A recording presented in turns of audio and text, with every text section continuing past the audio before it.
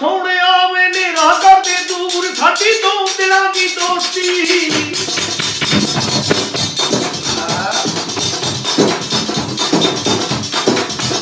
साडी तो दिलां दी दोस्ती हो गई है मशहूर तेरे बातों की नहीं लगदा। आसन साहब कैसा लगा ਤੁਹਾਨੂੰ ਕਿ ਸਾਡੇ ਨਾਜ਼ਰੀਨ ਜਿਹੜੇ ਨੇ ਤੁਹਾਡੇ ਬਾਰੇ ਚ ਕਮੈਂਟਸ ਕਰ ਰਹੇ ਨੇ ਔਰ ਤੁਹਾਡੇ ਪ੍ਰੋਗਰਾਮ ਨੂੰ ਦੁਬਾਰਾ ਚਲਾਉਣ ਵਾਸਤੇ ਦੁਬਾਰਾ ਤੁਹਾਨੂੰ ਸੁਣਨ ਵਾਸਤੇ ਉਹਨਾਂ ਨੇ ਸਾਨੂੰ ਜਨਾਬ ਇਹ ਹੁਕਮ ਜਾਰੀ ਕੀਤਾ ਹੈ। ਯਕੀਨ ਕਰੋ ਕਿ ਬਹੁਤ ਦਿਲੀ ਖੁਸ਼ੀ ਹੋਈ ਇਹ ਸੁਣ ਕੇ ਕਿ ਲੋਕਾਂ ਨੇ ਸਾਡੇ ਵਰਗੇ ਮਸਕੀਨ ਬੰਦੇ ਨੂੰ ਪਸੰਦ ਕੀਤਾ। ਵਾਹ ਚੁੱਕ ਸੋਹਣਿਆ ਪਰਦਾ ਮੁਖੜੇ ਤੋਂ ਲੁਕ ਲੁਕ ਕੇ ਗੁਜ਼ਾਰਾ ਨਹੀਂ ਹੋਣਾ।